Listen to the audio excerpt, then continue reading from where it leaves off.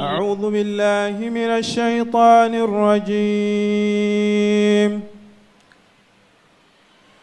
بسم الله الرحمن الرحيم. طه ما أنزلنا عليك القرآن لتشقى إلا تذكرة لمن يخشى تنزيلا ممن خلق الأرض والسماوات العلى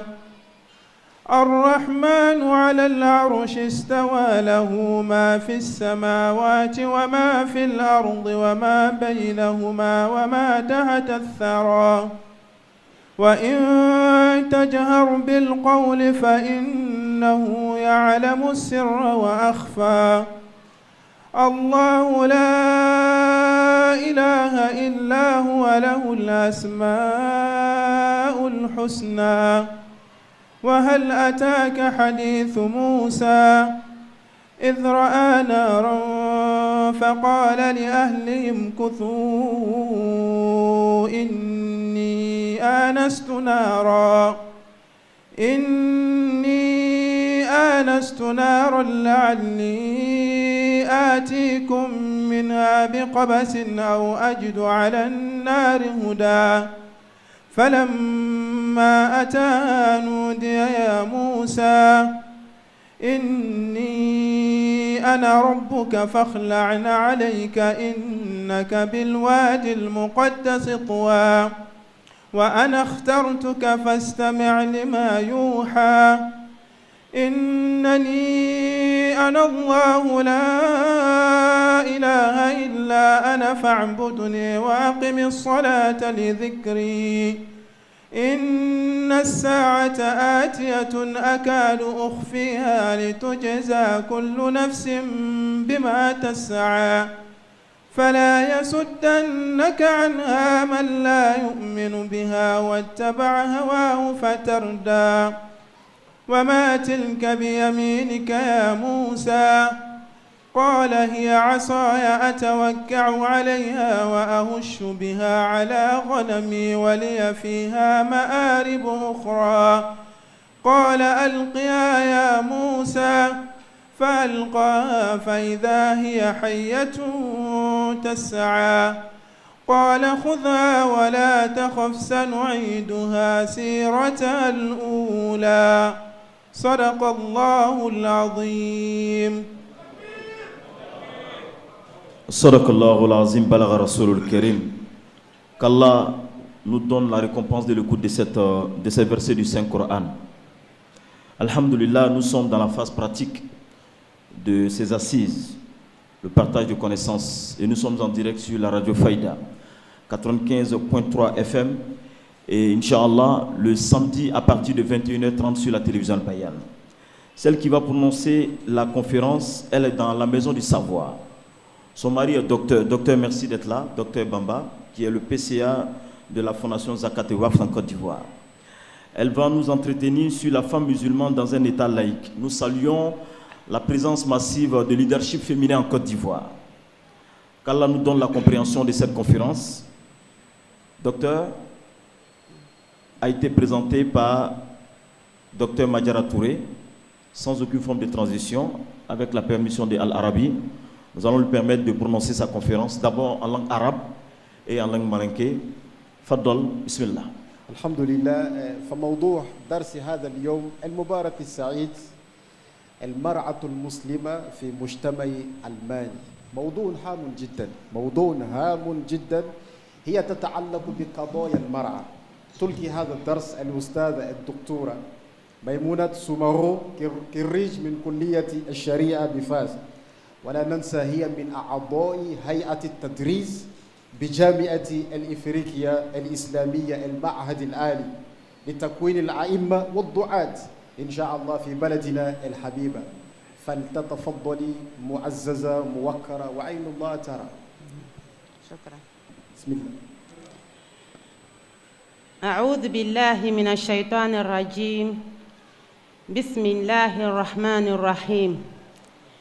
إن الحمد لله نحمده ونستعينه ونستغفره ونعوذ بالله من شرور أنفسنا ومن سيئات أعمالنا. من يهده الله فلا مضل له ومن يضلل فلا هادي له. وأشهد أن لا إله إلا الله وحده لا شريك له وأشهد أن محمدًا عبده ورسوله. اللهم صل على سيدنا محمد الفاتح لما أغلق والخاتم لما سبق ناصر الحق بالحق والهادي إلى صراطك المستقيم وعلى آله حق قدره ومقداره العظيم. اللهم افتح علينا بواب رحمتك وانشر علينا خزائن رحمتك يا ذا الجلال والإكرام. أما بعد، فضيلة الشيخ المبجل الفاضل الناصح المتواضع رئيس مؤسسة مجالس النصر العلم الأستاذ عمر الشريف سدد الله خطاه وأبقى ذله وافرا للمريدين وللمستفيدين. السادة مشايخ تركي الصوفية المحترمة، ممثل فخامة سفير مملكة مغربية الشريفة الدكتور عبد الملك الكتاني، السادة ممثل المؤسسات والجمعيات الإسلامية المحترمة، سيادة القائمين على مجمع الشيخ إبراهيم نياس رضي الله عنه الذين لم نقرأ عنهم إلا الجد والاجتهاد والعلم والمثابرة والنظام، فجزاهم الله عنا خير الجزاء. أصحاب السعادة، حضرات السيدات والسادات، السلام عليكم ورحمة الله تعالى وبركاته. أقدم لكم أفضل الترحيب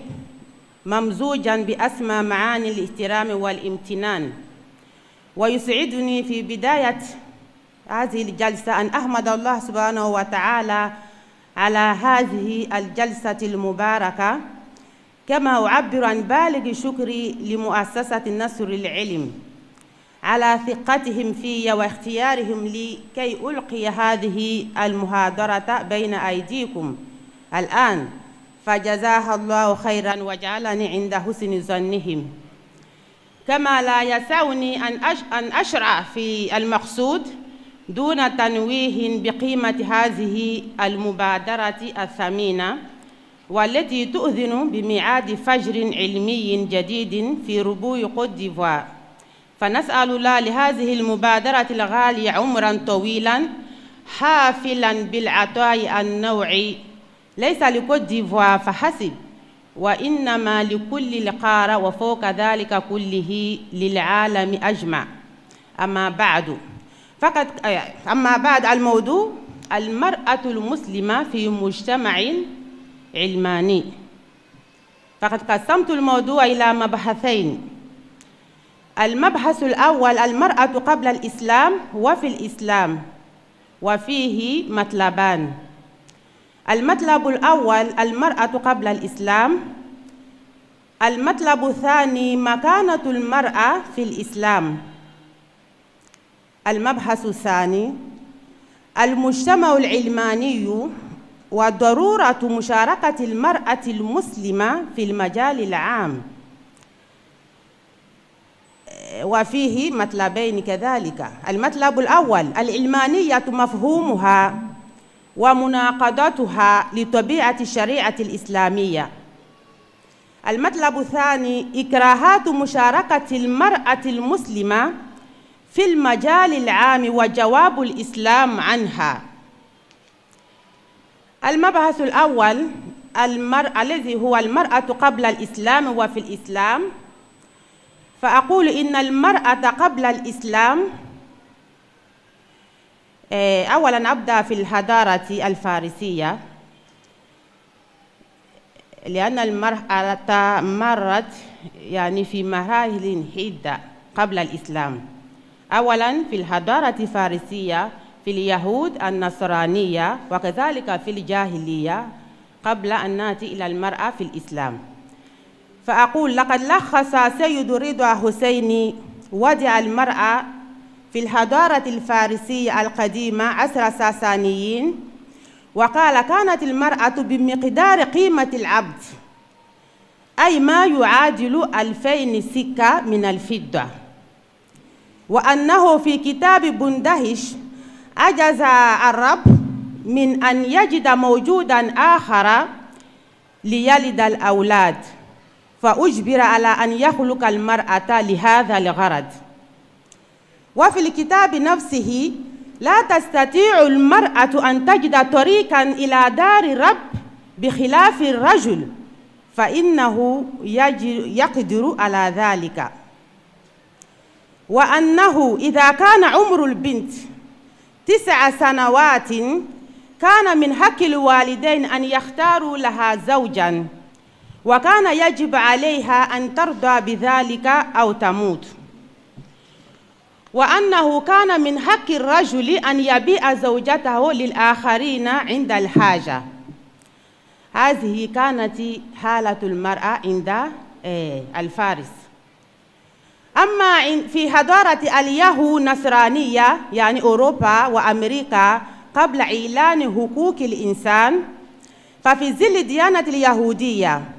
والمسيحية نظرت إلى المرأة أنها أصل الخطيئة للبشرية،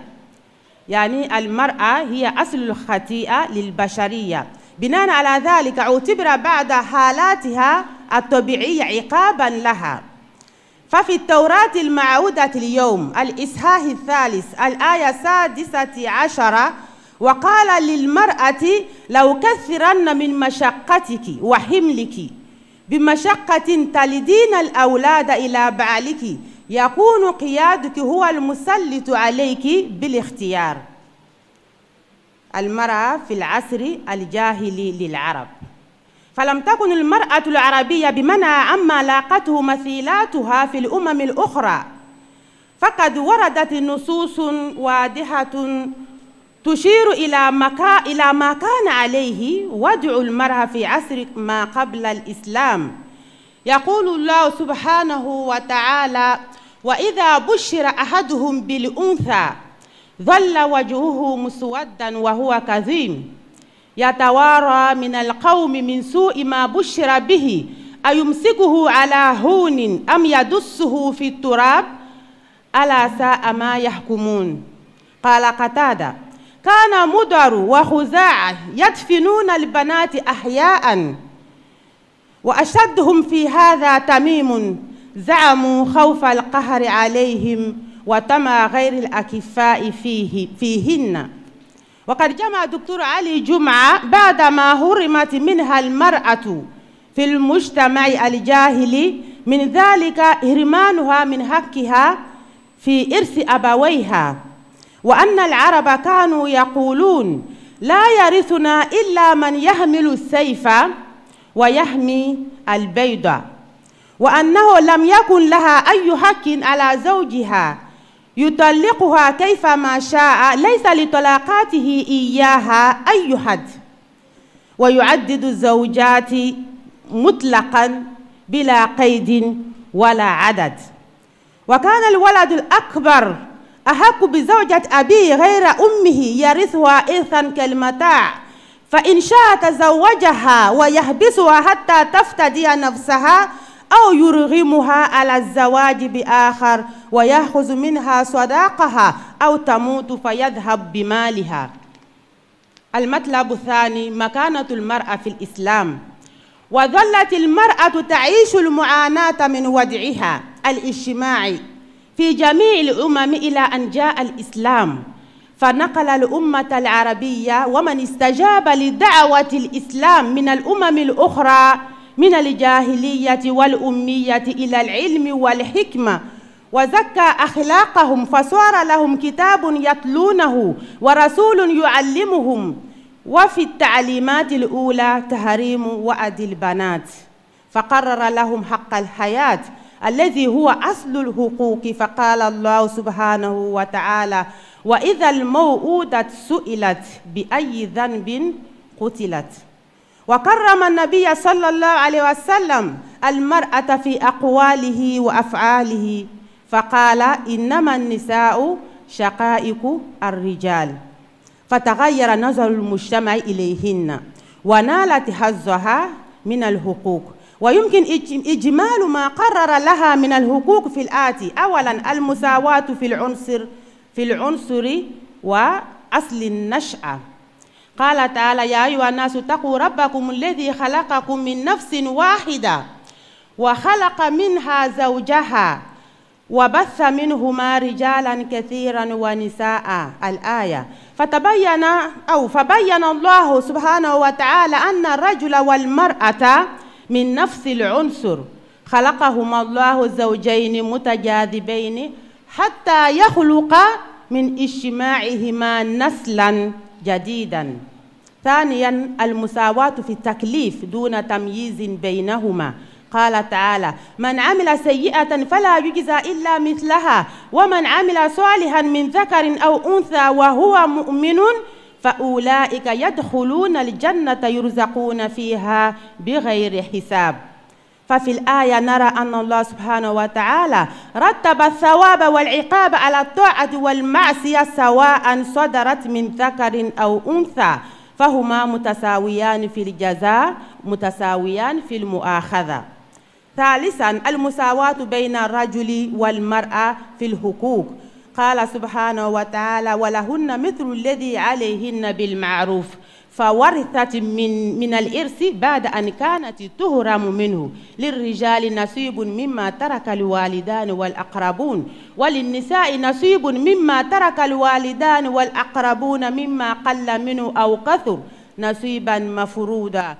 وأعطيت مهرها بعد أن كان يهدم على الرغم منها. وآتوا النساء صدقاتهن نحلا، فإن تبن لكم عن شيء منه نفسا فكلوه هنيئا مريئا. فخلاصة القول في هذا المبحث هو أن المرأة رغم أنها لا تزال تتطلع إلى ما خص به الرجل، وخاصة في ظل الإغراءات الإعلامية والنداءات المدوية بمطالبة حقوق الإنسان، فإنه من الناحية النظرية لو قارنت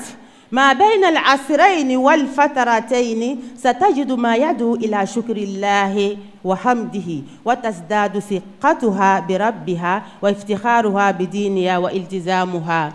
به. المبحث الثاني المجتمع الإلماني وضرورة مشاركة المرأة المسلمة في المجال العام. فلئن كان وضع المرأة تغير مع الأيام إيجابا وسلبا حسب تطور البشر وتنوع تجاربهم، إلى أن وصلت التجربة البشرية إلى إنشاء حضارة تختلف عن الحضارات السابقة، وخاصة عن الحضارة الإسلامية المعهودة منذ عهد قريب. تلك الحضارة قلبت المعايير كلها التشريعية والاجتماعية والاقتصادية بفعل الثورات الفكرية والعلمية والصناعية، وفرضت نفسها على الكرة الأرضية، ولم تكن دار الإسلام بمنع عنها، حيث وجد المسلمون أنفسهم أمام تيارها، ولا بد من التعامل معها مع المحافظة على البيئة الإسلامية في نفس الوقت. فطفت على السطح مجموعة من الضرورات والإكراهات للمسلمين في بعض الأخلاقيات والمعاملات في النظر الشرعي. فما هي هذه الحضارة الجديدة؟ وما هي إكراهاتها وضروراتها؟ للإجابة على هذه التساؤلات أو على هذه السؤالات قسمت هذا المبحث الثاني إلى مطلبين هما: المطلب الأول العلمانية مفهومها ومناقضتها لطبيعة الشريعة الإسلامية. فالعلمانية هي جعل المرجعية في تدبير العالم إنسانية خالصة، جعل المرجعية في تدبير العالم إنسانية خالصة، ومن داخل العالم دون ما تدخل من شريعة سماوية، فهي إذن ترتكز في وجودها وكيانها على دعائم عدة: أولاً العقلانية، ثانياً المنفعية، ثالثاً فصل الدين عن الدنيا. فعلى ضوء ما سبق يظهر جلياً أنها تناقض الشريعة الإسلامية وحضارتها،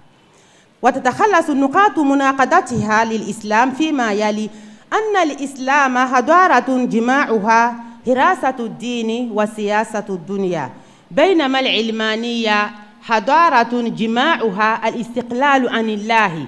والانفصال عنه وفك الأرض بالسماء. أن الإسلام حضارة سمتها الأخلاقية والمنفعة معا، بينما العلمانية حضارة سمتها المنفعة المنفلتة غير مضبوطة بالدين والأخلاق. أن الإسلام حضارة رباطها الوحي المؤيد به العقل، بينما العلمانية نورها العقل وما وصلت إليها التجربة الإنسانية. من هنا نأتي إلى المطلب الثاني: إكراهات مشاركة المرأة المسلمة في المجال العام وجواب الإسلام عنها. فأغلب القطاعات التي تعد من المجال العام تكون غالباً في الحقوق السياسية، كممارسة المرأة رئاسة الدولة وهو أعلاها، أو تقلدها وزارة من الوزارات، أو اشتغالها في الهيئة النيابية، أو عضواً من أعضاء المجالس الوطنية لمصلحة من مصالح الدولة، أو تكون في الحقوق الاقتصادية كالعمل في أحد الشركات وطنية كانت أو خاصة، كالعمل في أحد شركات وطنية كانت أو خاصة، أو مصالح التعليم في المدارس والجامعات، أو العمل في مصالح الاستشفاء أو الاستقبال في الأماكن العامة. والواقع أن جل هذه الوظائف من طبيعتها أن تختلط المرأة بالأجانب غير ذوي محرم، وقد يفرض عليها نوع من اللباس أو طريقة لارتدائها وغير ذلك مما يخالف الآداب الإسلامية العامة، ويقوض قواعد العفة والحشمة التبرج. وفيما يلي بيان لآحاد بعض المسائل المختلف فيها بين الفقهاء. فمن كبريات تلكم المسائل تولي المرأة الولاية، أو تولي المرأة الولايات الكبرى، وعلاها الإمامة العظمى. فقد اختلفوا فيها على 3 أقوال. أولا المنع مطلقا، وقد قال بذلك كل من الإمام القرافي والإمام القاضي بن العربي المعافري، ومن المعاصرين الإمام عبد الحميد بن باديس وأبو الأعلى المودودي، معتمدين على قوله صلى الله عليه وسلم حين أخبر بأن الفرس ولوا ابنة كسرى على الملك قال: لن يفلح قوم ولوا أمرهم امرأة. ثانيا الجواز مطلقا، وهذا الرأي نسب إلى الإمام الطبري رحمه الله، فقال الإمام ابن رشد قال الطبري: يجوز أن تكون المرأة حاكما على الإطلاق في كل شيء. ويقول الدكتور علي جمعة: وإن إجازة فقهاء المسلمين للمرأة تولي ولاية الحسبة، وهي من الولايات الكبرى حيث تشرف فيها على أمور الدين والدنيا، له اعتراف منهم بكمال صلاحيتها وأهليتها لتولي بقية الولايات، حيث إنها جميعا تقوم على نفس المقصد، وهو الأمر بالمعروف والنهي عن المنكر، والذي فرضه الله على كل قادر عليه عالم به رجلا كان أو امرأة. ثالثا جواز توليها القضاء باستثناء مسائل الحدود والقصاص عند السادة الأحناف، وجواز توليها لسائر الولايات ما عدا الإمامة الكبرى عند جماعة من العلماء المعاصرين المحققين، منهم العلامة القرضاوي والدكتور إبراهيم عبد الحميد والدكتور عبد الحميد المتولي. يقول العلامة القرضاوي: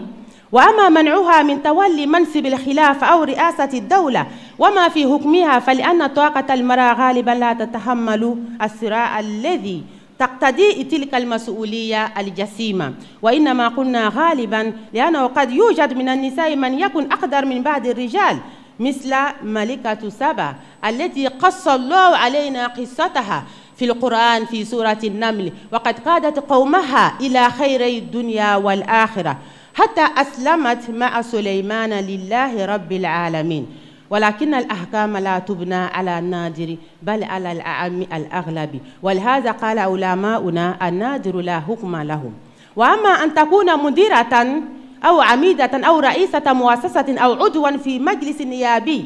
أو وزيرة أو نحو ذلك فلا حرج إذا اقتضته المصلحة. ويرى الدكتور عبد الحميد متولي أن حديثا لن يفلح قوم مخصوص بالإمامة العظمى، والدليل أهلية المرأة للولاية الخاصة، فالذي يلحظ هذه الأهلية ويفهم مناط لا يسعه إلا تعميمها وقصر الولاية المنهي عنها في الحديث على الولاية التي تستمد منها سائر الولايات، أي ولاية الحاكم الأعلى. فالقاعدة العامة هي المساواة بين الرجل والمرأة في الحقوق والواجبات، إلا ما استثني بنص صريح وقصر رئاسة الدولة على الرجل دون المرأة يعد استثناء من هذه القاعدة العامة، والاستثناء لا يجوز القياس عليه. بناء على ما سبق فإن الخلاصة العامة لقضية مشاركة المرأة في حياة المجتمع العامة في سياقها العلماني هي: أولا أنه لا غرو أن تكون معظمة. إذن أبدأ بالبنبرية مباشرة. نعم، الحمد لله رب العالمين، والصلاة والسلام على أشرف المرسلين وعلى آله وصحبه أجمعين. أمباني كوفي الله سبحانه وتعالى تندوليلا دانتي تندولي منا أكان نما وبما dante akanema minula farani ama inina fe wa inema nikisi ke mogobaka ankuti Muhammad sallallahu alayhi wa ala alihi wa sahbihi ajma'in. Ame folidi anka Sheikhu Bama al-Ustaz Umar Sharif ani ankara mogo ni anka Sheikhu Baba minubeya anka sira nyemogo Baba minubeya ame folidi sira mabema che muso amba muso senmanu amba befu ni sira ma yaka foli mibi assalamu alaikum wa rahmatullahi ta'ala wa barakatuh. Hokofe amba ira ka fo ngani so jani ni kuma kana suru nyamburo ma ani so jala dante ni so jamina kanu kere kere ana demsenya kolombaria kwa ina sigi mo baba horon nu nyefe wa me kuma amba ngina Allah subhanahu wa ta'ala fe darsuni ala la wa nyefe ala ka shini baraka yi ka do an Sheikhu la bijayil Mustafa sallallahu alaihi wasallam. Amina na kuma wala dami to amina na nyo hakila jiga kan wole sirama muso société laïque sirama muso kan ka ke dili ola ka kon ayina do an ka wala dala an ga jate sigi ka fo wa amina na kuma muso kan ka kon sirama ya nye ani muso tume dili sirama ya nani kofe muso la halaya tume dili ka kon sirama ya manaba muso fanani na haka juma le nana di muso ma karama juma le nana la muso kan siramaya kono o kofe sisan amena na do anka wala dala mimbe wati yerema koson civilisation bra changer ko bra yerema ante siram ko sharia sira sigini te ou a be sigini te siramaya kan tuguni siramaya kan ka ke dili o lahalaya la do ole bena na ke kuma laban ala ni sawaba be aya yira ka fo muso ka konsiramaya yena anga furusu ta persu parce que muso tunton no nimbe côté femme belle là quoi mandon belle communauté belle société belle siramaya tuma nange wati minaba donc anga kere ni broma persu fe muso tume dili u ka loni kala bado be ni kame ko persi o yoro benbe Iran fanfɛ yɔrɔ le ma ka bɛn an ye biteri ma siyaw bɛ côté min na siyaw donc o ye lɔnnikɛla ba dɔ y'a yira k'a fɔ ko lɔyɔrɔ si le tun tɛ muso la muso ni jɔnw bɛɛ tun ka kan u fɛ yen u tun bɛ jɔnw san k'u feere da min na musolanga tun bɛ san ka feere o da kelen de la donc muso tun bɛ teli olu fɛ yen u fana u fɛ yen dankun tun tɛ muso la u fe dan kuma kɛ muso la muso dana ko kelen de kama o le ka den woro o yɛrɛ u ma mɔgɔ gbɛrɛ le sɔrɔ u ma fɛn gbɛrɛ le sɔrɔ min bɛ se ka den woro o le kama den woro karifala musolanga la persiw fe u fɛ fana ni muso tɛ se ka don hirijana kɔnɔ fo a ye tɛmɛ cɛ le fɛ c'est à dire muso tɛ foyi ye denmusonin depuis san 9 u tun b'a forcer k'a don furu la n'a sɔnna ka don a la alhamdulillah n'a ma sɔn a bɛ saya a b'o choisi denmuso fitinin depuis san 9 u b'a forcer k'a don furu la ou bien u b'a faga muso tun bɛ ten de pɛsiw fɛ yen k'a sɔrɔ silamɛya mana ban muso fana ni a tun bɛ feere le ka san c'est à dire a cɛ kɔ quoi n'a jala cɛ ye a b'a feere ɲami k'a di a furucɛ kɔ muso tun bɛ ten de pɛsiw fɛ yen kuma kana sunuyan bolo ma an b'o dan o yɔrɔ la n'an b'a la an ka dɔɔni sɔrɔ o la k'a yira k'a fɔ ko muso tun tɛ valeur le tun t'a la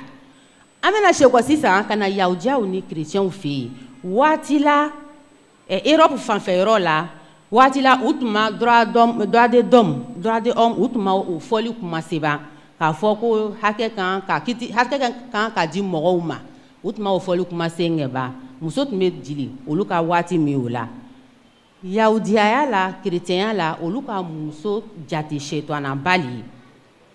u ma lɔyɔrɔ si di muso ma mun kama u y'a yira k'a fɔ ko musolanga le kɛla kojugu bɛɛ lasiriw ye muso le kama an fa Adama labɔla hirijana kɔnɔ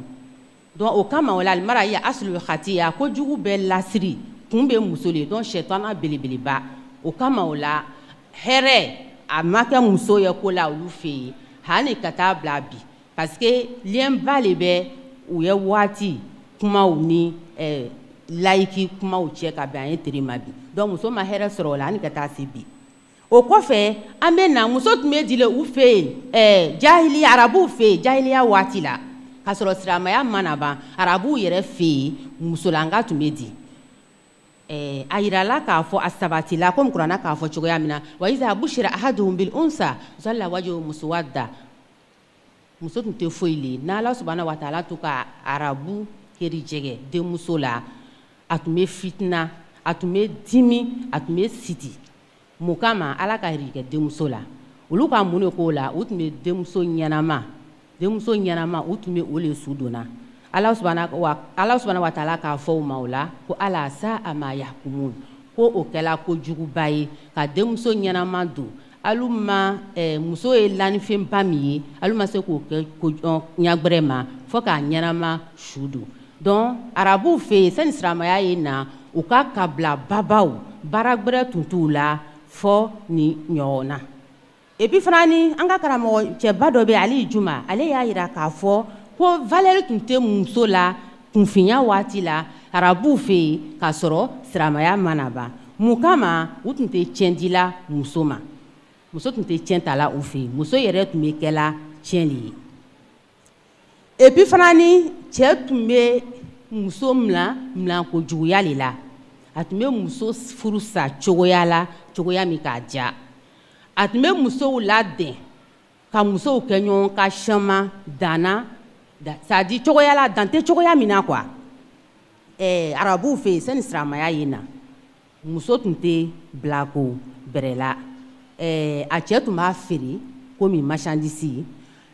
ni facɛma fana ni tun sala arabuw fɛ yen k'a sɔrɔ silamɛya mana ban a dencɛ fɔlɔ o tun bɛ a muso ta n'a diyala ye a b'a furu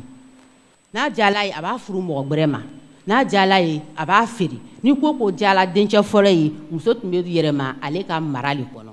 silamɛya le nana ka na nin bɛɛ bɔ yen ka na valeur di muso ma k'a yira k'a fɔ ko muso ye fɛnba le ye komi Ala subahana wa taala k'a fɔ cogoya min na silamɛya nana ko fɔlɔ min haramuya arabuw tun bɛ denmuso ɲɛnama sun donna ɲɛ silamɛya k'a yira k'a fɔ k'o ye haramu le ye wa idal mawuda su'ila bi ayi dhanbin qutila alu denmisɛnnin ninnu munna alu ɲɛnama su donna donc o kɛla ko ba ye Ala subahana wa taala k'o sabati kuranna kɔnɔ ko min tun ye jahiliya tere la ye ko ɲɛnama tun tɛ donc silamɛya nana ka na muso bonya a ka muso bonya ɲɛsɛma ma an kuntigi Muhamɛdi yɛrɛ ale salatu wa salam ale kɛ wari a fɔ kanw la a k'a yira k'a fɔ ko muso ni cɛ bɛɛ ye kelen anisa shaqaiqu rijal muso ou bien cɛ tilancɛ o le bɛ muso ye n'a jali b'a fɔ ko cɛlangaw baden le bɛ musolangaw ye donc silamɛya nana yira k'a fɔ ko muso ye fɛnbali ye Allah subhanahu wa ta'ala k'a fɔ kuranɛ kɔnɔ ya ayyuhallazina amanu ittaqu rabbakum lazi khalaqakum min nafsin wahida Allah k'a yira k'a fɔ ko muso ni cɛ ko an bɛɛ danna ka bɔ fɛn kelen de la alors que premier waati la fɔlɔ la ɲɛnamayali tun tɛ hakɛ ye min bɛ muso bolo ni muso tun sɔrɔla a bɛ faga c'est à dire responsabilité tun t'a bolo chinois yɛrɛ olu tun b'a fɔla ko fɛn dangani de hindu olu k'a kɛ fɛn jugu ye c'est à dire u tun bɛ muso mankutula ɲɛ bɛɛ de ma Allah subhanahu nana fɔ ko a bɛɛ ye kelen muso cɛw a bɛɛ danna ka bɔ fɛn kelen de la o le y'an fa Adama ye ka tila ka denw bɔ a la donc ɲɛnamaya hakɛ silamɛya le nana ka n'u di muso ma o kɛla muso ka karama belebele dɔ ye ka na muso bonya tuguni hani c'est à dire silamɛya kitiw la silamɛya le nan'o kɛ c'est à dire ni cɛ k'i seri a bɛna baraji min sɔrɔ musolanga fana ni k'i seri ka Ala bato ka sun don ka heji kɛ a bɛ baraji dafani sɔrɔ komi cɛ bɛ baraji dafani sɔrɔ Ala bato kow la an bɛɛ ye kelen silamɛya la c'est à dire dɔ baraji tɛ cayala dɔ kan an bɛ bɔla ɲɔgɔn ma yɔrɔ min na sɔlima an ni cɛw o le tɔgɔ an dancogoya tɛ kelen ye ŋɛ an y'a lɔ k'a fɔ muso danni bɛ cogoya min na ka bɛn a da cogoya ma ko dɔw bɛ yen kiti dɔw bɛ yen olu wajibiyani b'ale kan a bɛ den wolo a bɛ sun di den ma donc n'a b'o lahalayaw la même k'a sun don muso min bɛ sun di den ma nin k'a sun don sun tɛ wajibiya kan muso jigibaatɔ seri t'a ma donc an ni cɛ bɛɛ ye kelen différence bɛ don yɔrɔ minnu la o le b'o ye an dancogoya bɔ ni parce que den bɛ worola rahimu min na woro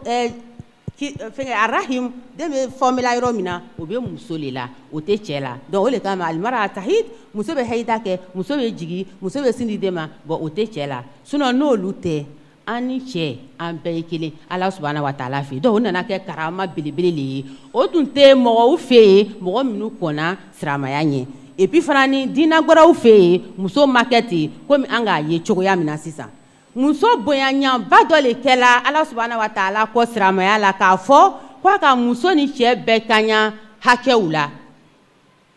hakɛw n'an k'a fɔ ko hakɛ c'est à dire muso ye hakɛ bɛ cɛlanga kan cɛlanga ye hakɛ bɛ musolanga kan hakɛ sɛman bɛ yen min ye na kɛ ka tiɲɛ ta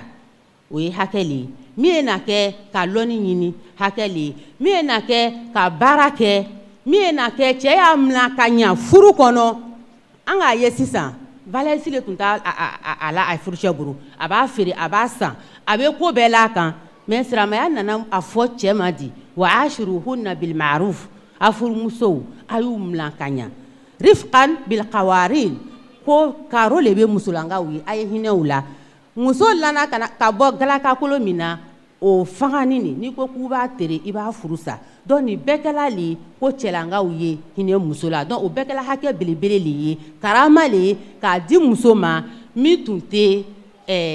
mɔgɔw bolo mɔgɔ minnu kɔnna silamɛya ɲɛ ou bien min tun tɛ diinɛ mɔgɔw bolo diinɛ minnu to ani silamɛya tɛ kelen ye donc n'an ka faamuyali sɔrɔ nin yɔrɔ nin na an bɛna na an ye walanda kɔnɔ sisan teriya bolo ma min bɛ sirama muso kan ka kɛ di société laïque kɔnɔ société laïque ko gbɛrɛ tɛ mɔgɔ minnu to u ka a décider u y'a yira k'a fɔ ko diinɛ tɛ olu ka diɲɛlatigɛ la olu ka diinɛ ani ɲɛnamaya diɲɛlatigɛ ko u k'a bɔ ɲɔgɔn na a tɛ sira kelen na olu ye ko bɛɛ diinɛ tɛ k'a la dɛ donc laïcité kɔrɔ b'o le a nana cogoya jumɛn a sinzila waati min na u ye diinɛ mɔgɔw c'est à dire u tun bɛ seyitora ka diinɛ kan ani dunuyako u ye diinɛ mɔgɔw fanga tun b'u la diinɛkow la quoi c'est à dire u tun bɛ diinɛ pratiquer cogoya min na ko gbɛrɛw fana ni u ye fanga tun bɛ se olu bɛɛ ma ni lɔnnikɛba min tun bɔla ka na ni miiriya kura ye min bɛnnen tɛ olu ka diinɛ ma u bɛ kɛrɛ bila u la laïcité nana ten de donc jamakuru gbɛrɛ minnu nana ni miiriya gbɛrɛw ye lɔnnikɛla gbɛrɛ minnu nana miiriya gbɛrɛ minnu tɛ diinɛ mɔgɔw ye u k'u kɛrɛ k'u ɲɛ gan ko fɔ ko ye bɛn ka bɛn olu ka diinɛ le ma sawaba le wa sawaba tɛ wa diɲɛlatigɛ ko bɛɛ ye sigi ka bɛn chrétien ma donc chrétien ɲɛmɔgɔw ka min kɛ o le b'o ye o kɛla ŋɛ o lɔnnikɛlaw sisan u murutila u k'i muruti chrétien ɲɛmɔgɔw kama a lɔgɔbɔla na u k'i muruti ŋɛ u k'i kɛ ɲɔgɔn kan k'u kanw kɛ kelen ye a k'i lɔgɔbɔ an na fo u nana fanga sɔrɔ sisan ka gbiriya diinɛ ɲɛmɔgɔw kan o nana kɛngɛ u ka fanga sɔrɔ ŋɛ u ko diinɛ tɛ kɛ olu ye ko sila tuguni parce que tellement u k'u tɔɔrɔ k'u sɛgɛn ko diinɛ tɛ kɛ n'u ye ko sila tuguni o laïcité min ye o de nana fanga sɔrɔ c'est-à-dire u ka sawura kana se c'est-à-dire u ka révolution min kɛ contre diinɛ ɲɛmɔgɔw u nana bɔ la kana kɛ sawura sinayiya ye u bɛ fɛnw fabriquer kɛrɛkɛfɛnw u k'olu fabriquer lɔnnikɛlaw lo u ka kɛrɛkɛfɛnw donc u nana fanga sɔrɔ jusqu'à u nana duniya bɛɛ mara la dɛ mais hali bi ko diinɛ o n'olu ka lalwa siraw sariya siraw ko a tɛ se ka taga ɲɛsin ma ka yira k'a fɔ ko diinɛ t'olu ye ko sila o ye ko u sigini bɛ mun de kan alakilaniya n'u u miiriya kan ko min ye u k'i kɛ ɲɔgɔn kan u miiriya bɛnna min ma u ka min faamuya u b'u ta kow basé o le kan kow sinsin o le kan et puis fana ni alimanfaiya ni nafa bɛ ko min na u b'u ka kow sinsin o le kan a bɛ bɛn sawa alako ma wa a tɛ bɛn alako bala alako t'a la u ta foyi t'o la ni nafa bɛ ko la o de kosɔn u bɛ kɛlɛkɛminɛnw feere parce que u bɛ wari sɔrɔ sungurubaya ninnu u k'olu bɛɛ daga o le la wari bɛ sɔrɔ ko o ko la ni même ni diinɛ ko tɛ olu yɛrɛ tɛ diinɛ fɛ u t'alako yɛrɛ fɛ alimanfaiya nafa u ta ko sigini b'o le kan a sabanan ye min ye ko diinɛ ani ɲɛnamaya k'a fara parce que diinɛmɔgɔw le kɛra sababuya ye olu ye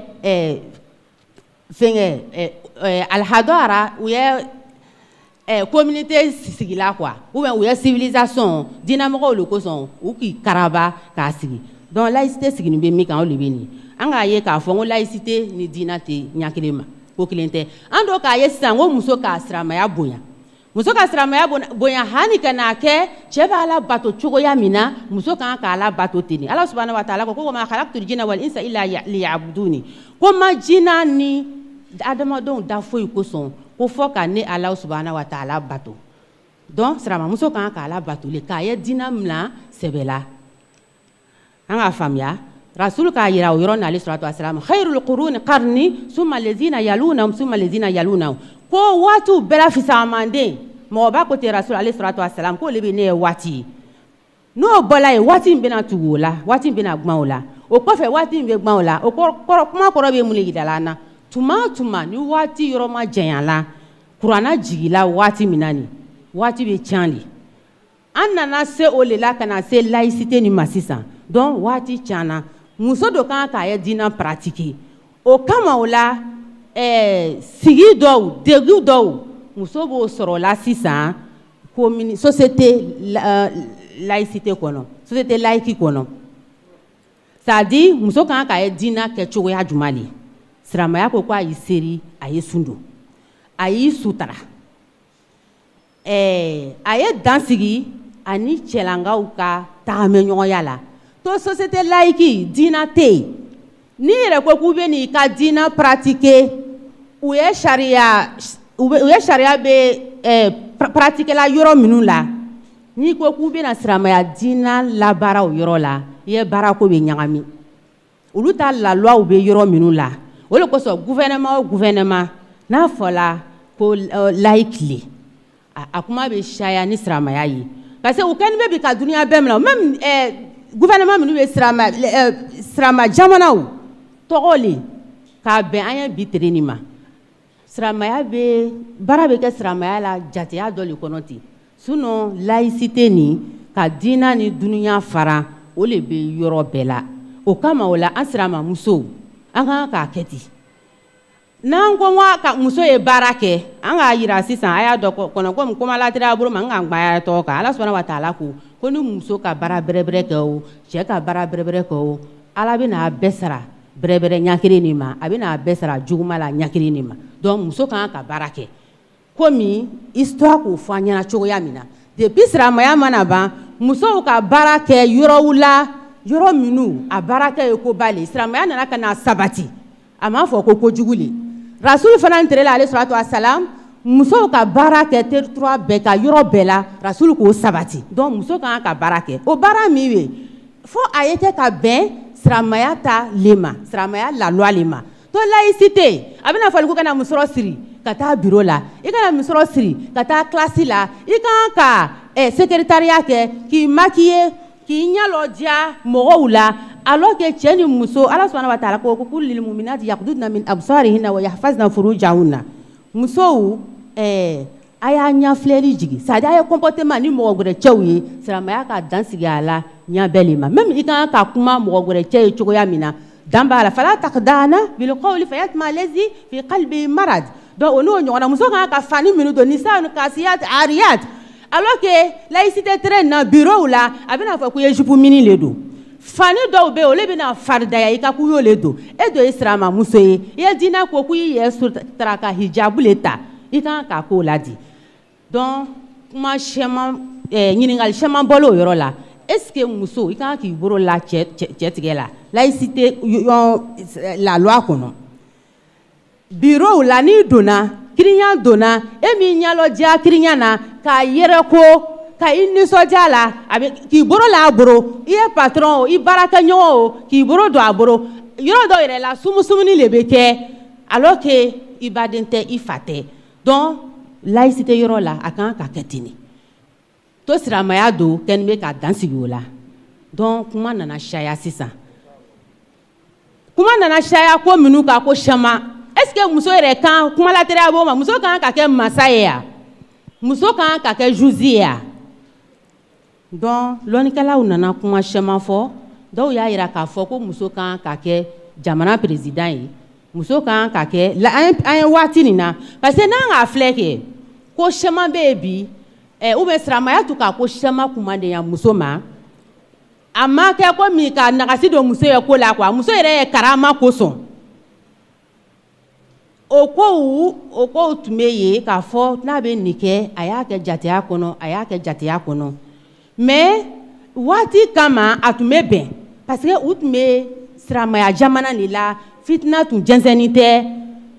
u tun b'a kɛ ni jateyaw ye ni règles ye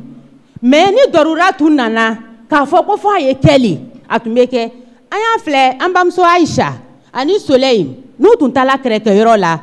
Aisha ye hadisa dɔ bɛ radiyallahu anha k'u tun bɛ ji don sahabaw da la u tun bɛ ji don sahabacɛw da la u tun b'u fila kɛ donc ni dɔrura bɛ yen ko fɔ ko min ye kɛ même n'a sɔrɔ ko silamɛya kɛni bɛ ka dansigi a la lɔnnikɛla caman y'a jira k'a fɔ ko ko bɛɛ kan ka daga o kɔrɔ bɛ mun de ye muso kan ka kɛ masa ye n'a fɔra ko fɔ ale le ye k'a ye muso kan ka kɛ président ye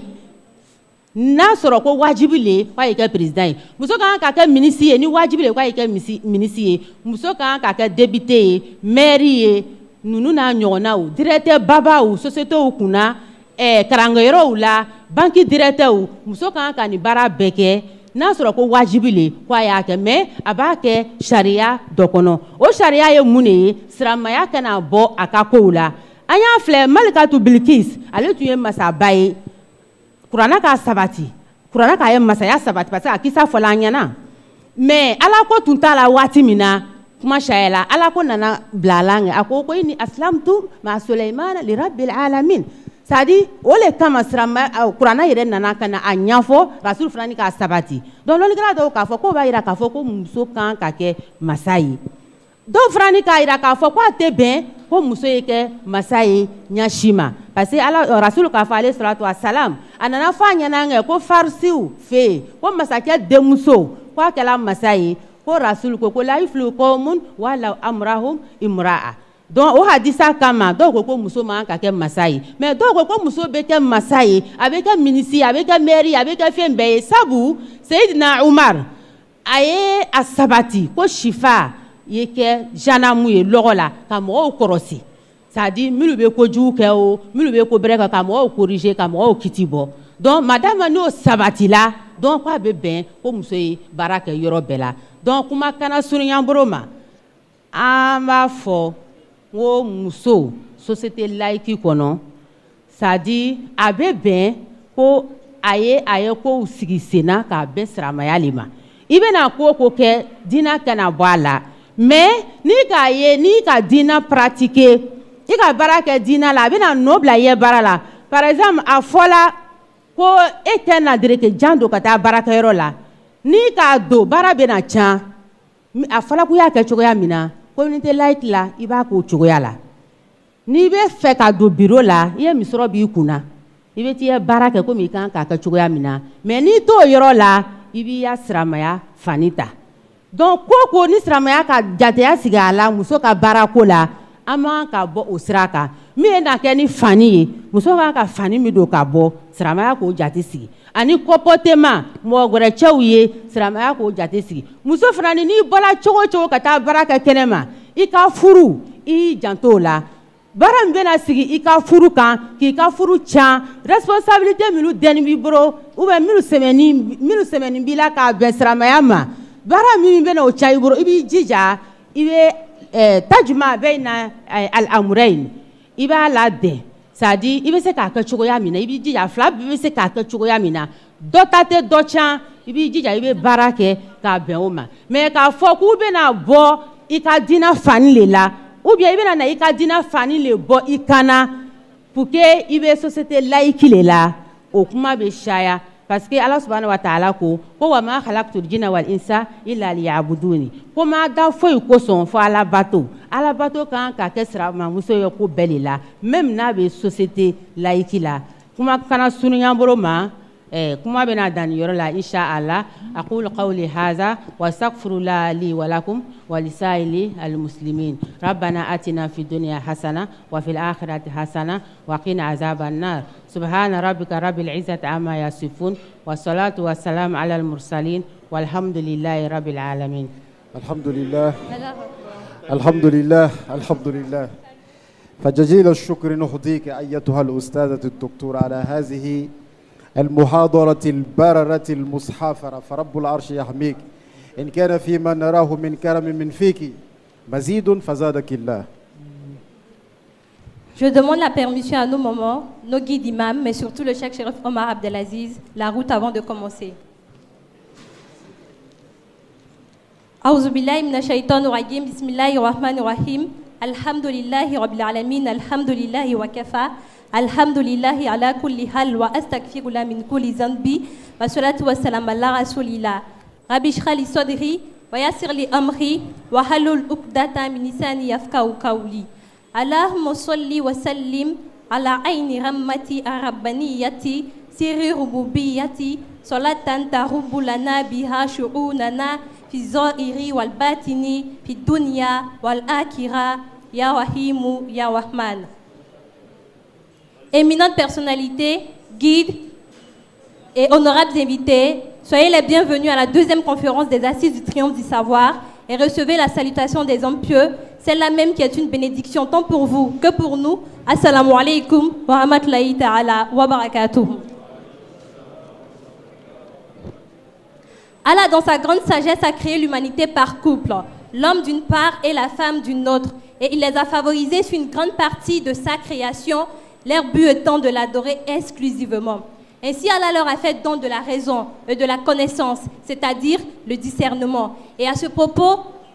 de cette adoration, Allah Azza wa Jal nous dit de l'adorer au même titre que l'homme. Et il a créé les hommes, c'est-à-dire la femme et l'homme, ainsi que les djinns, rien que pour qu'ils l'adorent. Et donc il est impératif pour nous les hommes et les djinns de connaître Dieu afin de pouvoir l'adorer. Et la femme musulmane n'étant pas inférieure à l'homme, quant à la quête du savoir, quant à la recherche de la connaissance, au même titre que l'homme, elle a cette obligation-là de chercher Dieu, de se rapprocher de lui et de l'adorer. Et pour cela, nous les femmes, nous prions, nous jeûnons, nous faisons la zakat et nous allons au pèlerinage pour celles-là même qui en ont les capacités. La laïcité est apparue en Europe comme une révolution contre l'Église, c'est-à-dire la gestion de la société qui doit se faire uniquement par les individus le composant, sans aucune interférence de la religion. Et en ce sens, la religion ne doit en aucun cas s'immiscer dans la gestion de la société et de l'État. En outre, les femmes dans diverses nations et civilisations, y compris les Perses, les Romains, les Arabes, n'avaient pas de statut défini. Elles étaient considérées comme des choses, comme des possessions sans volonté. Et les femmes ont continué de souffrir de leur statut social dans toutes les sociétés jusqu'à l'arrivée de l'islam. De sorte que la nation soit passée de l'ignorance au savoir et à la sagesse. De sorte que la société ait changé sa vision sur le statut des femmes. Elles ont gagné leur pas de droit et cela peut se résumer par l'égalité de race et d'origine, par l'égalité d'affectation sans discrimination entre eux, c'est-à-dire entre les hommes et les femmes, par les droits équivalents entre elles-mêmes les femmes. Et à ce propos, Allah nous dit dans la sourate Al-Baqarah, la vache, la deuxième sourate du Noble Coran, quant à elles ont des droits équivalents à leurs obligations conformément à la bienséance. En ce qui concerne le fait de saluer la femme par la main, la majorité des savants considèrent cela comme étant permis, sauf le cas où cela est fait par désir passionné ou dans l'intention de séduire. Dans ce cas, la poignée de main est interdite, même entre proches parents. On voit donc que l'intention compte pour beaucoup dans notre belle religion qu'est l'islam. Finalement, il n'est pas surprenant que la plupart des anciens juristes ne traitaient pas de ce sujet de la laïcité, car l'environnement dans lequel ils vivaient était un environnement purement islamique. Cependant, la relation d'une femme avec un homme, surtout dans le domaine professionnel, n'est pas sujette à polémique. La femme se conforme donc au Coran et à la sunna du prophète Muhammad sallallahu alayhi wa sallam. Lorsqu'une femme se trouve dans un état de nécessité, en règle générale, le droit positif prévaut et les droits de la femme y sont généralement protégés. Et ça, l'islam l'a imposé à l'ensemble de l'humanité et le met bien en valeur. Que vive la communauté de notre prophète Muhammad sallallahu alayhi wa sallam. Que vivent les femmes musulmanes, croyantes, pionnières de l'éducation d'aujourd'hui et de demain. Que vive le savoir sous toutes ses formes. Que vivent les savants et que vivent les assises du triomphe du savoir. Wa akhiru dawana alhamdulillahi rabbil alamin. Wa assalamu alaykum wa rahmatullahi ta'ala wa barakatuh. Wa alaykum assalam wa rahmatullahi wa barakatuh. C'est un résumé de notre consoeur Nathané Kamagaté. Dans une minute, on va aller à la rupture. Quand on va finir la rupture, le cheikh va faire la bénédiction de clôture. Mais avant, Dr Bamba a une petite adresse de 45 secondes. Bon, alhamdulillah. Le shukr la fadilat al-sheikh. Nahnu nuqaddimu ilayhi كتابنا وهدية له وهو كتاب حكم الحكم.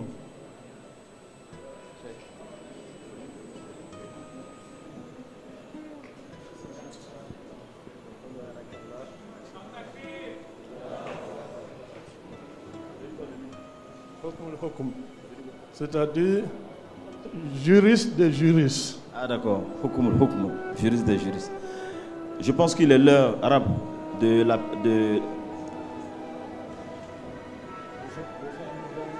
Ok, d'accord. Inch'Allah. Alhamdulillah Rabbil Alamin. Wa salatu wa salam ala al-Fatih al-Khatim al-Hadi Sayyidina Muhammadin wa alihi wa sahbihi wa sallam tasliman. Et c'est sans commentaire la conférence que nous avons reçue tout à l'heure de notre sœur Adja Dr Maimouna Soumaoro. Et ces dires nous a édifiés. Ça nous a surtout rappelé les dires de Cheikh Ibrahim Niass radiyallahu ta'ala qui disait Tabsiratul anam fi anna al-ilma huwa al-imam. Que la clairvoyance des êtres humains pour qu'ils sachent que seul le savoir est imam. Et quand Dieu donne le savoir à une femme, cette femme-là est considérée comme devancière des hommes. Et nous prions Allah subhanahu wa ta'ala que Dieu fasse descendre sa baraka davantage aussi Adja Dr Maimouna Inch'Allah. Et que Dieu multiplie des personnes pareilles à Adja Maimouna Doctora dans ce pays que nous avons ici. Et nous remercions tous ceux qui nous ont confié une partie de leur temps en venant nous assister aujourd'hui. Et nous disons Allahumma ja'al ma tuhibbu fi ma tuhim. Allahumma ja'al fi ikhtiyarika ikhtiyarana. Wa la taj'al illa ilayka tirarana. اللهم صل على سيدنا محمد الفاتح لما أغلق والخاتم لما سبق ناصر الحق بالحق والهادي إلى صراطك المستقيم وعلى آله حق قدره ومقداره العظيم سبحان ربك رب العزة أما يصفون وسلام على المرسلين والحمد لله رب العالمين. Merci et rendez-vous au lundi prochain. ونور الأبصار وضيائها وعلى آله أصحابه ومن تبعهم بإحسان إلى يوم الدين. ربي اشرح لي صدري ويسر لي أمري واحلل عقدة من لساني يفقهوا قولي. Qu'il me soit permis de rendre la louange, l'honneur et la gloire à l'Éternel des cieux, j'ai nommé Allah Zul Jalal wal Ikram, qui alterne le jour et la nuit au gré de sa volonté, et de prier de faire des bénédictions sur la plus noble créature, l'imam et le sceau des prophètes, Sayyidina Mohammed. Sayyidina Mohammed. Il me semble que nous sommes dans une assise solennelle. Il est important qu'on puisse, avec tout le respect que j'ai pour les illustres invités, Cheikh Chérif Oumar Abdelaziz, les familles, nos pères, nos mères, nos guides spirituels, nos maîtres de la science, Docteur Bamba et son épouse qui a dû aujourd'hui nous enseigner sur la thématique de la femme musulmane dans un contexte laïque. Je demande encore une fois la permission de tout un chacun, d'ores et déjà de s'écouter, de faire plus silence. On va s'écouter juste quelques instants. Je rappelle qu'ici, le programme est tout sauf long. Quelques allocutions, quelques communications, enfin, la bénédiction de Cheikh Chérif Oumar Abdelaziz et le repas. Je réitère, il y aura quelques communications, quelques allocutions avant de partir au buffet, bi-iznillah. Il y aura, comme la semaine dernière, un cadeau remis à notre mère, cette dame érudite qui nous a enseigné aujourd'hui, qui a fait montre de son talent et de sa science, dont nous prions Allah de multiplier cette science et de faire d'elle une dame qui pourra faire rayonner l'islam.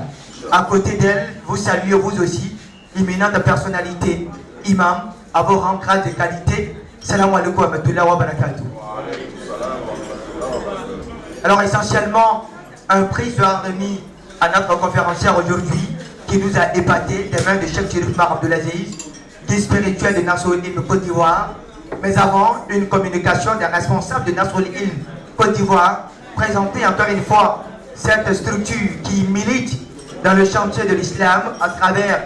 la spiritualité qu'elle distille à longueur de journée, et aussi le responsable de Radio Al-Faïda, notamment le directeur général, M. Sangaré Souleymane, aura à faire une communication, présenter succinctement l'organe de presse de Nasrul Ilm Côte d'Ivoire. Et puis nous allons aller avec la remise de cadeaux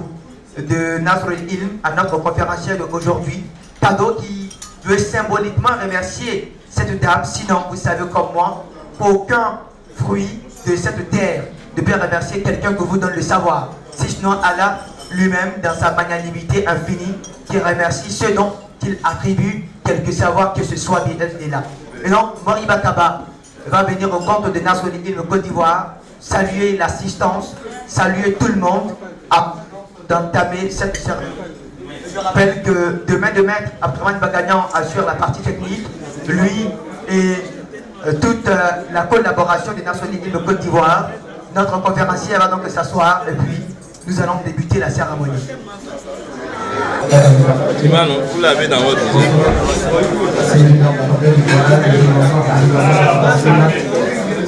Au nom de Nasrul Ilm Côte d'Ivoire, au nom du savoir religieux, au nom que notre sœur Nasmoré a fourni dans sa quête du savoir, au nom de cette auguste assemblée, j'aimerais remettre cette attestation-là qui va désormais s'inscrire dans l'histoire. Et l'histoire va retenir que dans les assises du trône du savoir, du roi, c'est une dame, j'allais dire une grande dame, qui nous a distillé d'un savoir nous permettant de comprendre comment la femme musulmane doit se comporter dans une société laïque. Nous avons été vraiment touchés et honorés. Nous prions Allah subhanahu wa ta'ala qu'il garde Alia Mimouna Soumaoré longtemps dans une très bonne santé. Elle a su des choses et elle a besoin de savoir davantage. Que Dieu mette la baraka dans son savoir. Reçois, Inch'Allah, avec la permission de ton mari, cette attestation. Bon. Ce n'est pas tout. Les entreprises Raoula Finance, à partir de tout, ouvrent dans leur banque, en votre nom, lequel compte va contenir 100 000 francs. En ton nom. Tu pourras déjà aller retirer les 100 000 francs, mais encore il y a une enveloppe de 200 000 francs encore. Ici que Nasruddin vous donne, Inch'Allah, juste pour le cas.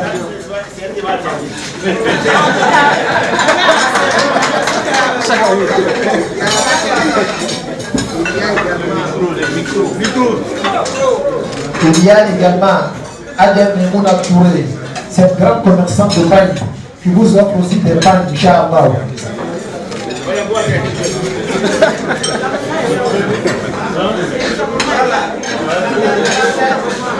Ok, la maman est là. Donc, vous et votre mari, voilà quelques cartables au nom des assises du trône du savoir, Inch'Allah. Donc, Elhaj, Inch'Allah. Alors, donc, nous encourageons, Inch'Allah, toutes ces dames-là qui veulent apprendre, Inch'Allah, le savoir mérite d'être doué, le savoir mérite d'être célébré, et à travers Al-Yamoun, Soumaoui, nous souvenons de savoir aujourd'hui. Barakallahu fiikum, Inch'Allah, wa ayyadaki, Inch'Allah, wa ahataki بالحفاوة والعلم والبركة في حركاتك وسكناتك وما ذلك الله بعزيز إن شاء الله. الحمد لله رب العالمين بمصاحبة زوجك الحبيب السيد سواورو دكتور بامبر إن شاء الله. بارك الله فيك.